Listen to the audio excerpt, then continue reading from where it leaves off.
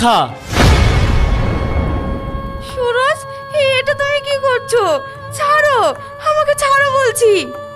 ছাড়বো তো, দাঁড়া আগে তোকে খাইয়ে নি।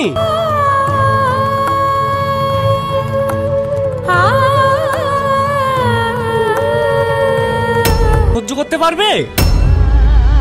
সুরজ, আমায় ছেড়ে দাও, আমার খুব জ্বালা করছে। বলছি খাওয়া দাওয়া তো অনেকক্ষণ হলো, এবার যদি একটু মেয়েটাকে দেখার ব্যবস্থা করে দিতেন তাহলে খুব ভালো হতো। হ্যাঁ হ্যাঁ, আপনারা একদম ঠিক বলেছেন। আর একটু অপেক্ষা করুন, এখনই মেয়েকে নিয়ে আসছি। বৌমা যাও, গিয়ে ভিতর থেকে নাসরিনকে নিয়ে এসো। হ্যাঁ আব্বা। সত্যি বলতে আমার মেয়ে বলে বলছি না, নাসরিন খুব ভালো এবং শান্ত স্বভাবের মানুষ। এরকম মেয়ে আজকাল দিনে দেখা যায় না বললেই চলে। তাই নাকি? মেয়ে মানুষ যত ভালো হবে ততই ভালো। ওই যে কথায় আছে না, সংসার সুখী হয় রমণীর গুণে। তাই মেয়ে মানুষ যতই ভালো হবে ততই সংসারের জন্য উপকারী। হ্যাঁ হ্যাঁ, কথাটা আপনি একেবারে খাঁটি কথা বলেছেন। হয়তো নাসরিন চলে এসেছে। বসো মা।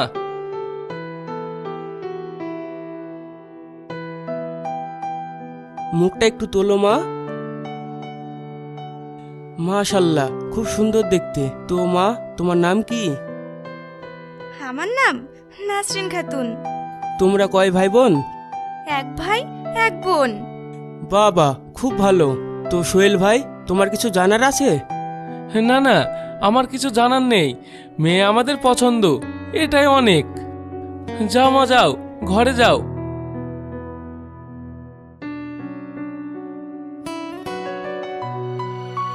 তো মুকলেশ ভাই, শুনলেন তো? ওনাদের মেয়ে পছন্দ। এবার আপনারা বলুন। আমরা এবার নতুন করে আবার কি বলবো? আমাদের তো ছেলে পছন্দ। এবার আপনাদের কি লাগবে না লাগবে সেইগুলো বলুন, তারপর না হয় আমরা বাকিটা ভেবে দেখব। আপনারা মনে হয় দেনা পাওনার কথা বলছেন। আসলে সত্যি কথা বলতে বুঝতেই তো পারছেন যে আপনার মেয়ের একবার বিয়ে হয়েছিল, আর আমার ছেলে একজন অবিবাহিত। সেই দিক দিয়ে বিচার করে দেখলে তো কম বেশি একটু কিছু লাগবেই। তা তো অবশ্যই, আমরা সব বুঝতে পারছি। তবুও আপনারা যদি মুখ ফুটে বলেন তাহলে আমাদের একটু সুবিধা হয়। তাহলে শুনুন, আজ এখন আমরা উঠি, আর দেনা পাওনার ব্যাপারে বাকি কথা না হয় ফোনে জানিয়ে দেব। কি বলেন ঘটক মশাই? আপনারা যেটা ভালো বোঝেন সেটাই তাহলে হবে। তাহলে আবার কেন, আজ আমরা আসি। হ্যাঁ হ্যাঁ, মনে করে অবশ্যই জানিয়ে দিন। আচ্ছা ঠিক আছে।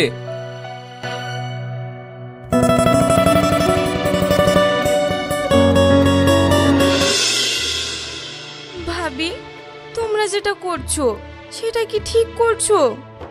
কেন নাসরিন, তুমি হঠাৎ এই কথা বলছো? বলছিলাম যে তুমি যদি আব্বাকে বলে এই বিয়েটা আটকাতে পারতে তাহলে খুবই ভালো হতো। বিয়ে আটকাবো? কিন্তু কেন? দেখো নাসরিন, প্রত্যেক মেয়ের জীবনে তার শেষ সম্বল হলো তার স্বামী। তুমি যদি বিয়ে না করো তাহলে একবার ভেবে দেখো তোমার জীবনের শেষ সময়টুকু তুমি কিভাবে পার করবে। আমার আর শেষ সময়? আর তাছাড়াও আমার জীবনে যতই কঠিন সময় আসুক না কেন সেটা ঠিক পার হয়ে যাবে। তার জন্য অন্য কারোর হাত ধরতে হবে না। না নাসরিন, তুমি ভুল বললে। তোমার বয়সটা খুব অল্প তো, তাই তুমি এই কথাগুলো বলছো। মানুষের জীবনের বাস্তবতা যে বড্ড কঠিন, এই সব কিছু তুমি সহ্য করতে পারবে না। তুমি ভুল বললে ভাবি, আমি সহ্য করতে পারবো না এমন কষ্ট হয়তো এই পৃথিবীতে নেই। নইলে যে মেয়ে বিয়ের রাতে নিজের স্বামী হারায়, তার থেকে আর কষ্ট কি হতে পারে বলো? দেখো নাসরিন, ওটা তোমার ভাগ্য। তোমার ভাগ্যে ছিল তাই এটা তোমার সাথে হয়েছে। আর তাছাড়াও ওটা তোমার অতীত। অতীত ভুলে গিয়ে তুমি নিজের জীবনটা নতুন করে শুরু করো। প্রত্যেক মেয়ের জন্য স্বামীর ঘর অত্যন্ত জরুরি। কিন্তু তবুও যেন আমার ভয় হয়, সব কিছু ঠিক করতে গিয়ে যদি বিপরীত হয়ে যায় তখন কি হবে? বারবার এই কষ্ট আমি কি করে সহ্য করব? কোনো ভয় নেই, আমরা আছি তো, সব ঠিক হয়ে যাবে। এবার যাও তো দেখি, এইসব জামা কাপড় ছেড়ে বাইরে বেরিয়ে এসো, দুজনে হাতে পাতে কাজগুলো সেরে নেই। আচ্ছা ঠিক আছে। বেশ, তবে তাড়াতাড়ি এসো।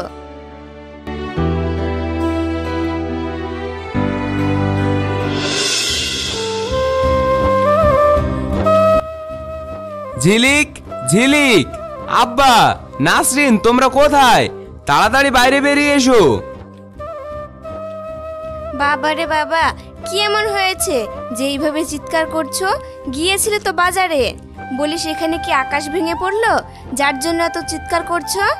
আকাশ তো ভেঙে পড়েছে, তবে বাজারে না, তোমাদের মাথায়। ভাই, তুমি এসব কি বলছো? তোমার মাথাটা ঠিক আছে তো? আমার মাথা একেবারে ঠিক আছে। মাথা যদি ঠিকই থাকে তাহলে আর অত হেয়ালি না করে যেটা বলতে চাও সেটা বলো। বেশ, তাহলে শোনো। ছেলের বাড়ি থেকে ফোন করেছিল, বলল যে তারা এই বিয়েতে রাজি, দেনা পাওনা সব ঠিক হয়ে গেছে। আগামী শুক্রবার ওরা বিয়ের দিন ঠিক করেছে। তুমি সত্যি বলছো? তা নয় তো কি, মিথ্যা বললাম? আরে না না, আমি তো এমনি জানতে চাইলাম। যাই হোক, ওরা যে প্রস্তাবটা পাকা করেছে এটাই অনেক। আচ্ছা আব্বা, আমি কি তোমাদের কাছে বোঝা হয়ে গিয়েছি যার জন্য তোমরা আমাকে এই বাড়ি থেকে তাড়াতে চাইছো? না রে মা, সন্তানরা কখনোই তার বাবা মায়ের কাছে বোঝা হয় না। একটা মেয়ে যতই ভালো হোক না কেন, সে যদি তার বাপের ঘরে থাকে না, তাহলে তাকে সমাজে নানা রকম কথা শুনতে হয়। কিন্তু সেই নারী যদি তার স্বামীর ঘরে থাকে, তাহলে সে মাথা উঁচু করে বাঁচতে পারে। আর তোর সাথে যেটা ঘটেছে, সেই জন্য তোকে সুস্থ আর সুন্দরভাবে বাঁচতে হলে একান্ত একটা নিরাপদ আশ্রয়ের দরকার। তোমার ভাই তো ঠিকই বলেছে। তাই আমি বলি কি, তুমি আর তোমার অতীত নিয়ে পড়ে না থেকে এই বিয়েতে রাজি হয়ে যাও। হ্যাঁ রে মা, তুই আর অমত করিস না। অন্তত আমার মুখের দিকে তাকিয়ে তুই রাজি হ। বেশ, তোমরা যখন এত করে বলছো তখন আর আমি কি বলবো বলো?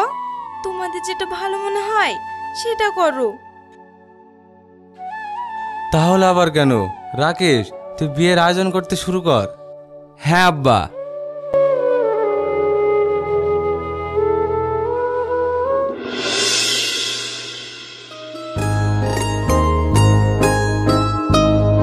এই নাও তোমার খাবার।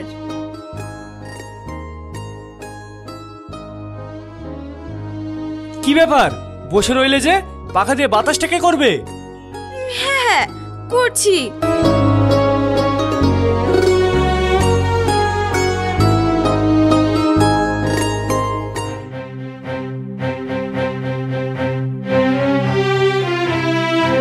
কি ব্যাপার, তুমি মুখটা এরকম করছো কেন? মুখটা এরকম করছি কেন? এটা খাবার না কি? কেন, কি হয়েছে? আমি তো রান্না করার সময় সব তরকারি স্বাদ ঠিকই ছিল, আমি নিজে খেয়ে দেখেছি। ও, তুমি খেয়ে দেখেছো যে তোমার রান্নার সব স্বাদ ঠিক আছে? তাহলে কি আমি মিথ্যা বলছি? আমি এ কথা কখন বললাম যে তুমি মিথ্যা বলছো? আমি তো যেটা সত্যি সেটাই বললাম। আবারও সে একই কথা? তবে রে, দাঁড়া, তোর রান্নার যখন এতই স্বাদ, তখন নে তুই খা। সুরজ, এটা তুমি কি করছো? ছাড়ো, আমাকে ছাড়ো বলছি। ছাড়বো তো, দাঁড়া, আগে তোকে খাইয়ে নি।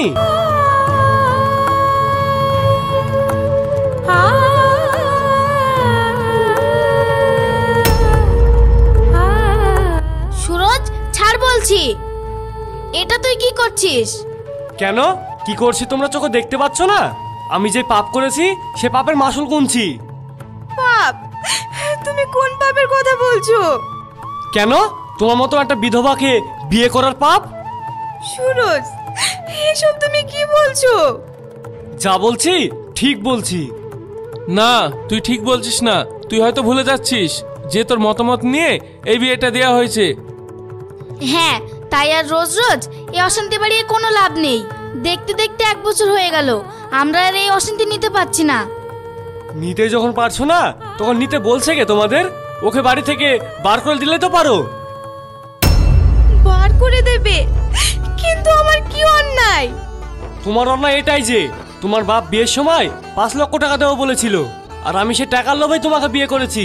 কিন্তু আজ 1 বছর হয়ে গেল, অর্ধেক টাকা দিয়েই তারা তাদের বিধবা মেয়েকে আমার হাতে তুলে দিয়ে এখন নিশ্চিন্তে বসে আছেন।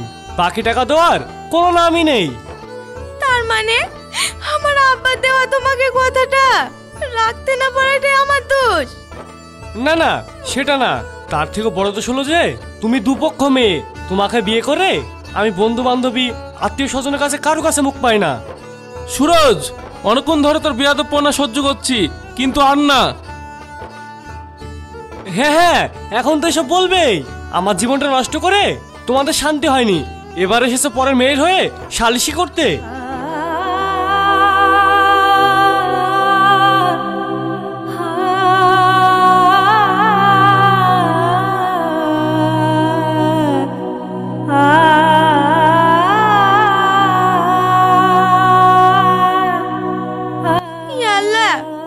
তুমি আমাকে কেমন জীবন দিলে, আমি যে আর সহ্য করতে পারছি না। এত দুঃখ, এত কষ্ট আমি কি করে সইব? আব্বা, তুমি তোমার মেয়েকে একটু সুখের আশায় যার হাতে তুলে দিলে, আর সেই যে তোমার মেয়ের সব থেকে বড় কষ্টের কারণ। সত্যি বলতে তোমার এই হতভাগীর মেয়ের কপালে যে স্বামী সুখ নেই।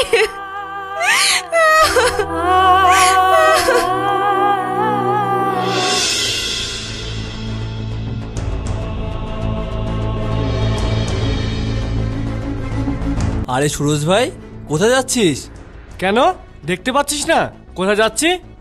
বাবা, আজ দেখছি তোর মেজাজটা খুব চড়া। চল দুই বন্ধু মিলে একটু বসি।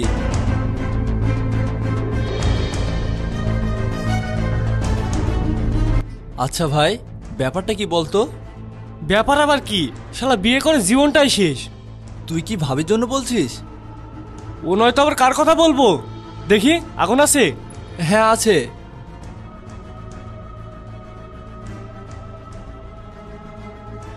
তোকে একটা সত্যি কথা বলবো ভাই, দেখ মানছি ভাবে দুই পক্ষের হলেও কিন্তু মানুষ হিসাবে খুব ভালো। তুইও ধ্যাত, আজকে দিনটাই খারাপ। আরে ভাই, চলে যাচ্ছিস কেন? আমার কথাটা তো শোন। যা বাবা, কি এমন বললাম যে ওইভাবে রাগ দেখিয়ে চলে গেল? হ্যাঁ রে মা, সব কিছু ঠিক আছে তো? হ্যাঁ আব্বা, সবকিছু ঠিক আছে। সব কিছু ঠিক থাকলেই ভালো। বলছি মা, তো শাশুড়িরা সবাই ভালো আছে তো? হ্যাঁ আব্বা, সবাই ভালো আছে। আমি তোমাকে আবার পরে ফোন করব, ঠিক আছে? আসলে তোমার জামাই আসার সময় হয়ে গিয়েছে তো, তাই। আচ্ছা আচ্ছা, ঠিক আছে মা, রাখ তাহলে। জানো তো বৌমা, আজ নিজেকে বড় হালকা মনে হচ্ছে। এটা ভেবে যে আমি আমার মেয়ের বিয়ে দিয়ে ভুল কোনো সিদ্ধান্ত নিইনি। আপনি ঠিক বলেছেন আব্বা, মেয়ে মানুষ সুখী থাকলেই ভালো। তাই বলছিলাম বৌমা, অনেকদিন তো হলো নাসরিন এখানে আসেনি, আর কাজের চাপে হয়তো আসতেও পারবে না এখন। তুমি আর রাকেশ না হয় একদিন সময় বুঝে নাসরিনকে গিয়ে দেখে আসো না? কথাটা আপনি মন্দ বলেননি। বেশ, আপনার ছেলে বাড়ি ফিরুক, আমি তাহলে ওকে বলবো। ঠিক আছে তবে।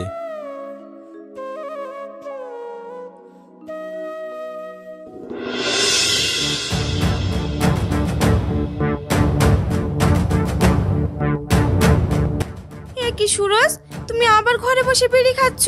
তোমায় না আমি কতবার বারণ করেছি যে ঘরে বসে বিড়ি খাবে না? এই ধোঁয়াটা আমার একদমই সহ্য হয় না। কি বললে তুমি? এবার থেকে আমি বিড়ি কোথায় খাবো না খাবো, কি করব না করব, সেটা তোমার থেকে জানতে হবে নাকি? তুমি আমায় ভুল বুঝছো। আসলে আমার তো বিড়ির ধোঁয়ায় অ্যালার্জি আছে, তাই তোমায় কথাটা বললাম। ও, বিড়ির ধোঁয়ায় তোমার অ্যালার্জি আছে, বিড়ির আগুনে তো নেই? তাহলে একটা কাজ করো, ধোঁয়ার গন্ধ না শুনতে পারলে এই নাও, আগুনের ছাকাটা তো সহ্য করতে পারবে? সুরজ, আমায় ছেড়ে দাও, আমার খুব জ্বালা করছে। জ্বালা করছে? করুক জ্বালা। তুমি যদি সামান্য এইটুকু বিড়ির আগুন নিজের চামড়া সহ্য না করতে পারো, তাহলে আমি কি করে একজন তোমার মতো দুই পক্ষ মেয়েকে বিয়ে করে আমার মনে জ্বালা বয়ে নিয়ে বেড়াতে পারবো? সুরজ, তুমি কি পাগল হয়ে গেছো? দয়া করে বলছি, তুমি আমাকে ছেড়ে দাও। সুরজ, আবার তুই শুরু করেছিস? আচ্ছা সুরজ, তোর কি আক্কেল জ্ঞান বলে কিছু হবে না? এইভাবে কেউ কারোর ওপর অত্যাচার করে? এর থেকে তো ভালো তুই ওকে বাপের বাড়ি পাঠিয়ে দে, তবুও তো শান্তিতে থাকবে। তুমি ঠিক বলেছো। এই কথাটা তো আমার মাথায়ও আসেনি। আমি আজ ওর বাপকে ফোন করে ওকে এখান থেকে নিয়ে চলে যেতে বলবো। কি বললে? তুমি আমাকে তাড়িয়ে দেবে? হ্যাঁ দেবো। না সুরজ, আর যাই হোক তুমি আমাকে এইভাবে এই বাড়ি থেকে বার করে দিও না। আমি তোমার সব কষ্ট, সব যন্ত্রণা, সব মার সহ্য করে নেব। তার বিনিময়ে তুমি শুধু আমাকে এই বাড়িতে থাকতে দাও। নাসরিন, যে স্বামী তোর উপর এত অত্যাচার করে, তোকে এত মারধর করে, আর তুই কি না সেই স্বামীর ঘর করার জন্য তার পা ধরছিস? কি করব বলেন মা, সবই আমার ভাগ্য। সত্যি কথা বলতে আমার কপালেই স্বামীর সুখ নেই। সেখানে বারবার স্বামীর ঘর ছেড়ে কি হবে বলেন? তার থেকে ভালো না হয় নিজের বাপ মা ভাই তাদের মুখে হাসি ফোটানোর জন্য আমার এইটুকু কষ্ট সহ্য করে নিলাম। শুরু হয়ে গেল ওর ভাষণ। দাও শুধু সুযোগের অপেক্ষা। রোজ রোজ ওর ওই ভাষণ শুনতে আমার কানটাই পচে গেল। যত সব।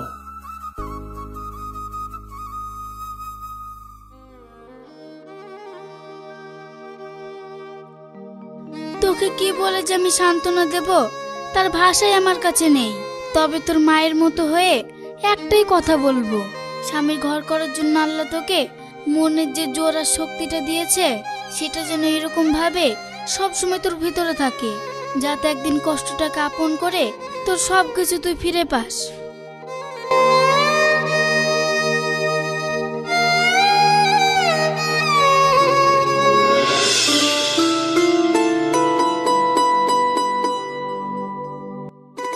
আব্বা, আব্বা, তাড়াতাড়ি এসো। ও, তোরা রেডি হয়ে গেছিস? হ্যাঁ। এ কি, আপনি এখনো রেডি হননি? আমি আবার রেডি হয়ে কি করব? তোমরা যাচ্ছ, যাও। এটা তুমি কি বলছো? কাল নাসরিন বারবার ফোন করে বলে দিয়েছে আমরা যেন তোমাকে সাথে করে নিয়ে যাই। কিন্তু আমি আবার গিয়ে কি করব? আপনারা ওইসব কিন্তু মিন্তু রাখেন তো, বেশি কথা না বলিয়ে যান, গিয়ে জামা কাপড়গুলো পাল্টে আসুন। যাও না আব্বা, ঝিলিক যখন এতবার করে বলছে। বেশ, তোরা যখন এতবার করে বলছিস তখন আর কি করা যাবে। একটু দাঁড়া, আমি তাহলে ভিতর থেকে পোশাক পাল্টে আসছি। হ্যাঁ।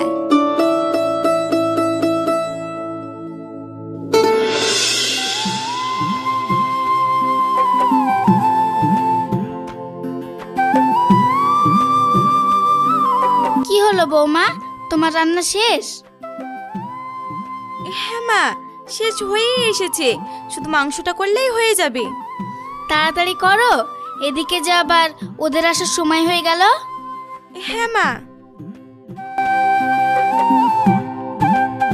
আরে আপনারা চলে এসেছেন, আসুন আসুন। হ্যাঁ বিয়ান, আপনারা সবাই ভালো আছেন তো? হ্যাঁ ভাই, আমরা সবাই ভালো আছি।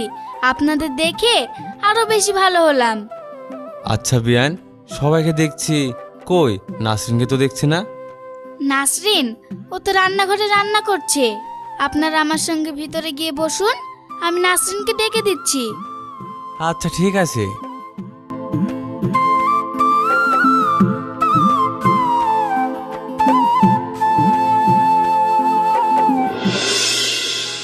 তুমি যাই বলো না কেন, নাসরিনের কপালটা বেশ ভালোই। এত ভালো বাড়ি, এত ভালো শ্বশুর শাশুড়ি পেয়েছে। ওর স্বামীও নিশ্চয় ওকে খুব ভালোবাসে। তুমি ঠিক বলেছো, আমরা যে ভয়টা পাচ্ছিলাম সেটা তো আর পাচ্ছি না। এইভাবে চললেই হবে। আরে তোমরা এখানে? আমি যে তোমাদের খুঁজে বেড়াচ্ছি। আরে নাসরিন, আয় আয়, তোর কথাই বলছিলাম আমরা। দেখছিস তো তুই কত ভয় পেতে চিন্তা করতিস, আর এখন দেখ তুই তো একেবারে রাজরানী হয়ে আছিস। রাজরানী? ঠিকই বলেছো, আমি এখানে রাজরানী হয়ে আছি। সত্যি বলতে কি জানো তো ভাবি, আমি নিজে কখনো কল্পনা করতে পারিনি যে উপর আল্লাহ আমাকে এত সুন্দর একটা জীবন উপহার দেবে। নাসরিন, তোমার কি হয়েছে? কই কিছু না তো। চলো, আমি বাইরে খাবার বেড়ে রেখে এসেছি, তোমরা খাবে।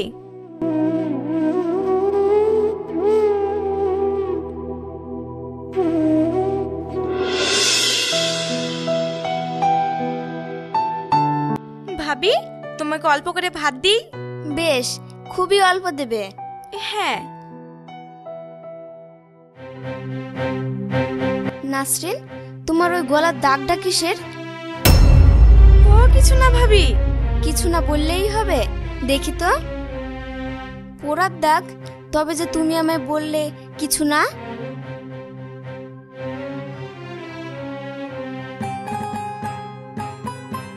আসলে মানে কি বলো তো ভাবি, রান্না করার সময় মাছ ভাজতে গিয়ে তেল পুড়ে পুড়ে গিয়েছে।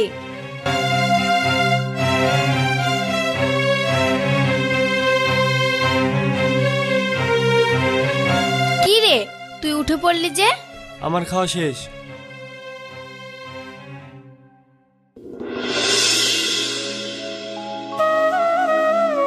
নাসরিন, ভাবি তুমি এসো এসো। আচ্ছা নাসরিন, জানি না তোমাকে দেখে আমার কেন জানি না অন্যরকম মনে হচ্ছে। আচ্ছা নাসরিন, সব কিছু ঠিক আছে তো? আর ঠিক, সবকিছু ঠিক থাকলেই বাকি, আর না থাকলেই বাকি। একটা মেয়ের মাথা উঁচু করে এই সমাজে বাঁচার জন্যই তো সবকিছু ঠিক থাকার প্রয়োজন নেই। যেটা দরকার সেটা হলো স্বামীর ঘর, এটা থাকলেই তো সব। তাতে সেই মেয়ের সাথে যা কিছু ঘটে যাক না কেন। নাসরিন, তুই ভালো নেই বল? না ভাবি, আমি সুখী নেই, আমি যে বড্ড নিরুপায়। তোমার ভিতরে এত দুঃখ কষ্ট, সেই সব কিছু তুমি একা বয়ে নিয়ে বেড়াচ্ছ। আমি বলিনি, আর কাউকে বলতেও চাইনি। তুমি আমার মধ্যে হাত দিয়ে বলো যে এইসব কথা তুমি ছাড়া আর কেউ জানবে না। কিন্তু কোনো কিন্তু না, তুমি আমায় কথা দাও। বেশ, কথা দিলাম, আমি ছাড়া আর কাউকে তোমার এই কষ্টের কথা বলবো না। এই তো ঝিলিক, তুমি এখানে? এবার চলো, আমাদের বাড়ি যাওয়ার সময় হয়ে গেছে। হ্যাঁ চলো।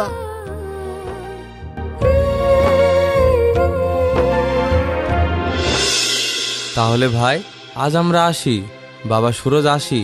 সময় পেলে একদিন নাসরিনকে নিয়ে আমাদের বাড়ি যেও। চেষ্টা করে দেখব। তাহলে আপনারাও একদিন আমাদের বাড়ি যাবেন। আমরা তবে যাই। হ্যাঁ বাবা। তাহলে নাসরিন, আমরা আজ আসি। তুমি তোমার নিজের খেয়াল রেখো। হ্যাঁ। তাহলে মা, আমি আসি। হ্যাঁ আব্বা, আর সময় পেলে এইভাবে মাঝের মধ্যে এসো, আমার ভালো লাগবে। ঠিক আছে রে মা। বৌমা, এবার তাহলে আমরা যাই। হ্যাঁ আব্বা।